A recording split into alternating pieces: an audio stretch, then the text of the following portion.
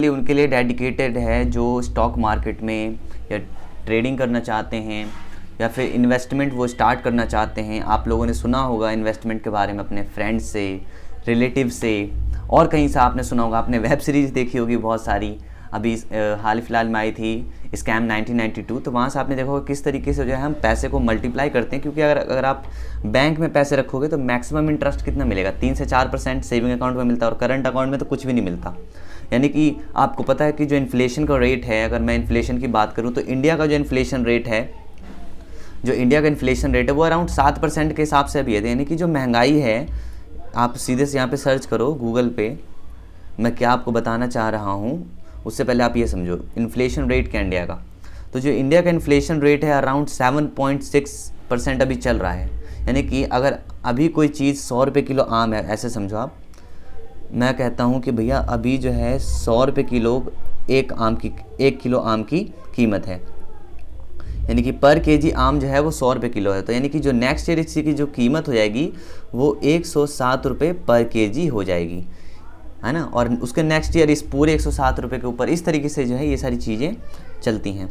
तो क्वेश्चन ये आता है कि इन्फ्लेशन रेट को बीट कैसे करना है, या फिर किस तरीके से हम जो है अपनी ग्रोथ को प्रॉपर तरीके से कर सकते हैं। तो जैसे कि मैंने स्टार्टिंग में कहा था कि ये वीडियो जो है डेडिकेटेड है बिगिनर्स के लिए जो कि स्टॉक मार्केट में एंटर करना चाहते हैं। बट उससे पहले कुछ छोटी मोटी चीज़ें होती हैं, जो कि सबसे पहले आती है कि स्टॉक मार्केट में स्टॉक्स को खरीदना है या फिर ट्रेडिंग करनी है या फिर म्यूचुअल फंड में इन्वेस्ट करना है। उसके लिए आपके पास होना चाहिए एक डीमेट अकाउंट। और अब ये डीमेट अकाउंट कहाँ से खुलवाएंगे? डीमेट अकाउंट आप किसी भी ब्रोकर से, अब पहले तो ऑफलाइन ब्रोकर्स हुआ करते थे, आज से 10 साल 20 साल पहले। आज आपको ऑनलाइन ब्रोकर्स मिलेंगे, जिसमें से एक आपका अपस्टॉक है। आप अपस्टॉक के वेबसाइट पर जा सकते हो और सिंपली जो है यहाँ पे अपनी जो बेसिक डिटेल्स है उसको फिल कर सकते हो, ईमेल आईडी, फ़ोन नंबर, कुछ जो है आपके डॉक्यूमेंट्स मांगेगा, PAN card, Aadhaar card, and then जो है आपका डीमेट अकाउंट यहाँ पर ओपन हो जाएगा। तो जिस तरीके से बैंक में पैसे रखने के लिए आपको सेविंग अकाउंट, करंट अकाउंट की आवश्यकता पड़ती है, वैसे ही आपको ट्रेडिंग करने के लिए या फिर स्टॉक्स खरीदने के लिए आपको यहाँ पे आवश्यकता पड़ती है एक डीमेट अकाउंट की। तो डीमेट अकाउंट आप अपस्टॉक का खुलवा लो या आप ग्रो ऐप पर भी जाकर खुलवा सकते हो। दोनों ही ब्रोकर है जो कि सीबी में रजिस्टर्ड है। यानी कि अब वो मत समझो भी सीबी क्या होता है, अभी हम फंडामेंटल एनालिसिस के ऊपर बात करते हैं। तो पहला जो है काम था वो आपका था डीमेट अकाउंट। तो लेट से हम मान लेते हैं कि जो आपका डीमेट अकाउंट है वो खुल चुका है या फिर आप उसको खुलवाते हो। और अगर एक बार आपका डीमेट अकाउंट खुल गया उसके बाद नेक्स्ट स्टेप क्या होता है। लेकिन परेशानी है ना कि जैसे ही एक बार आपका डीमेट अकाउंट खुल जाएगा तो आपको चुल होने लगेगी कि अरे अब तो मुझे स्टॉक खरीदना है। तो हम क्या करते हैं, आमतौर पे ऐसा स्टॉक खरीद लेते हैं, क्योंकि मैंने भी ये वाली गलती कर रखी है। 2018 के आसपास मैंने स्टॉक खरीदा था, मैं आपको दिखाता हूँ। जस्ट आप यहाँ पे टाइप कीजिए यस बैंक। आप लोगों ने इसके बारे में न्यूज़ में बहुत सुना होगा। 2018 में मैंने स्टॉक खरीदा था और देखो अभी इसकी हालत क्या हो चुकी है। मैक्स पे जाओ। आप लोग यही गलती करते हो जब फर्स्ट टाइम डीमेट अकाउंट खुलवाते हुए। देखो 347 का 2018 में मैंने बाई किया था, बट लॉस में मैंने इसे बेचा था 68 रुपये के आसपास। यानी कि देख लो कितना लंबा अच्छा खासा इसमें चूना लगा है। यानी कि स्टॉक मार्केट जो है लोगों को डुबा भी देता है। ऐसा नहीं है कि आपको 10,000 से करोड़पति बना देगा, लेकिन उससे पहले जो उसकी बेसिक चीज़ें वो आपको समझना पड़ेगा। और स्टॉक मार्केट कोई भी जुआ नहीं है, राइट। इसमें आपको फाइनेंशियल नॉलेज होनी चाहिए, जो कि मैं आपको दे रहा हूँ। तो अब बात करते हैं कि भाई अब ये बताओ आप मुझे कि क्या मैंने डीमेट अकाउंट खुलवा लिया, अब मैं स्टॉक खरीद लूँ? हाँ भाई, लोगों में चुल होती है। जब फर्स्ट टाइम आप कोई काम करोगे तो चुल होती है, अरे अब तो मैं खरीद लूँगा। तो आप क्या करते हो या मैं क्या करता हूँ, आमतौर पे जो फर्स्ट टाइम हमारे दिमाग में जो थॉट प्रोसेस होता है कि चलो यार स्टॉक खरीदते हैं, तो आप क्या करोगे, आप ऐसे स्टॉक्स को खरीदोगे जो बहुत सस्ते होते हैं, चीप होते हैं। जैसे कि आइडिया वोडाफोन का आप उठा लो, एग्जाम्पल के रूप में मैं यहाँ पे ले रहा हूँ। तो आइडिया वोडाफोन का जो शेयर प्राइस है अभी जो चल रहा है अराउंड 8 रुपये के आसपास है, आप स्क्रीन पे देख सकते हो। तो 8 रुपये के आसपास जो है यहाँ पे आइडिया वोडाफोन का। तो आप क्या करोगे, अरे यार ऐसा करते हैं 8 रुपये का एक स्टॉक है, तो मैं ऐसा करता हूँ 10 स्टॉक खरीद लेता हूँ, तो 80 रुपये के मेरे 10 स्टॉक हो जाएंगे। तो यहाँ जो है आप जो है क्वांटिटी को देखते हो, आपको क्वांटिटी नहीं देखना, आपको रेट ऑफ इंटरेस्ट देखना है।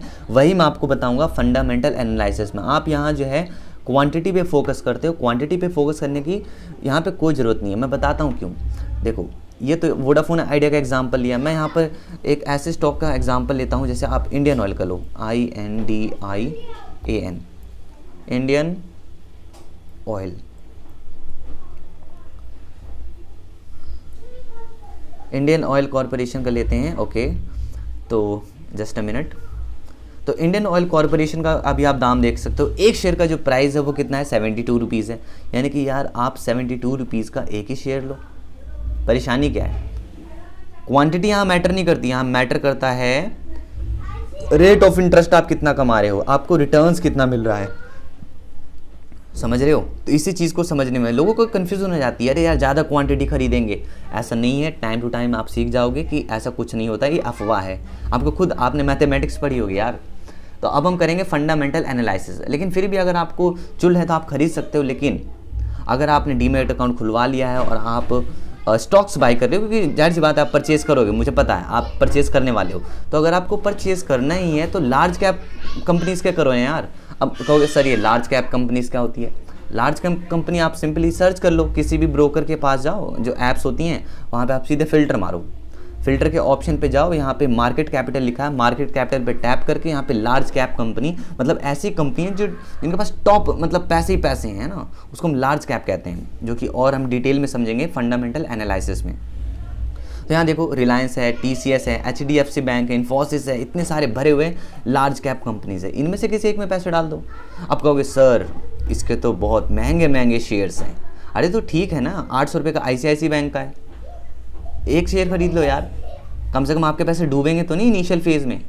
अगर आपके इनिशियल फेज़ में ही पैसे डूब गए फिर तो आप इसे छोड़ के भाग जाओगे, जो कि आमतौर पे ऐसा ही होता है। 100 रुपये लगाए, अगले महीने हो गए वो 100 के 70 रुपये, है ना, तो फिर तो आप वहाँ से मतलब पैर खींच लोगे। यानी कि आपको वहाँ पैसे डालने हैं इनिशियल फेज़ में, जहाँ पर जो है आपको एक कॉन्फिडेंस मिले कि अरे यार मेरे पैसे बढ़ रहे हैं, तो आपको एक क्यूरोसिटी होगी, जिज्ञासा होगी कि हाँ अब मुझे ये सारी जो है चीज़ें सीखनी हैं।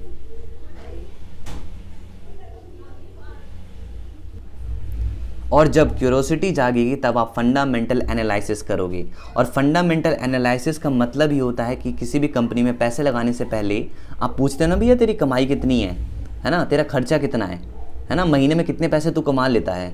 अगर आप कोई भी बिज़नेस खोलते हो तो ये सारी जो सवाल हैं वो आपके मन में आते हैं। तो जब आप पैसे लगा रहे हो किसी कंपनी में तो आप ये सवाल तो पूछोगे ना कि भैया तू कमाता कितना है, तेरे खर्चे कितने, तेरे एम्प्लॉयज़ के खर्चे कितने हैं। तो उसी को हम कहते हैं फंडामेंटल एनालिसिस।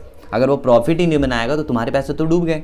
फिर फंडामेंटल एनालिसिस में बहुत सारी चीज़ें आती हैं जिसको हम डेडिकेटेड वीडियो में कवर करेंगे, बट फिर भी यहाँ पर आपको आइडिया देने के लिए मार्केट कैपिटलाइजेशन है, रिटर्न ऑन इक्विटी है, profit price on earning ratio आपको यहाँ पर देखने को मिलेगा, बुक वैल्यू है, PB रेशो है, प्राइस टू बुक रेशो है, डिविडेंड है, और भी बहुत सारी चीज़ें होती हैं। लाइक मैं आपको दिखाता हूँ, मैं आपको एक वेबसाइट पे लेकर चलता हूँ जिसका नाम है, कहाँ गया, जस्ट अ सेकेंड, ये रहा, टिकर टेप।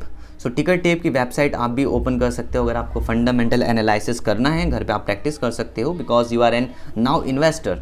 तो सिंपली हम बात कर रहे थे यहाँ पर फंडामेंटल एनालिसिस की, तो चलो देखिए इसी का देख लेते हैं, इंडियन ऑयल कॉरपोरेशन का फंडामेंटल एनालिसिस।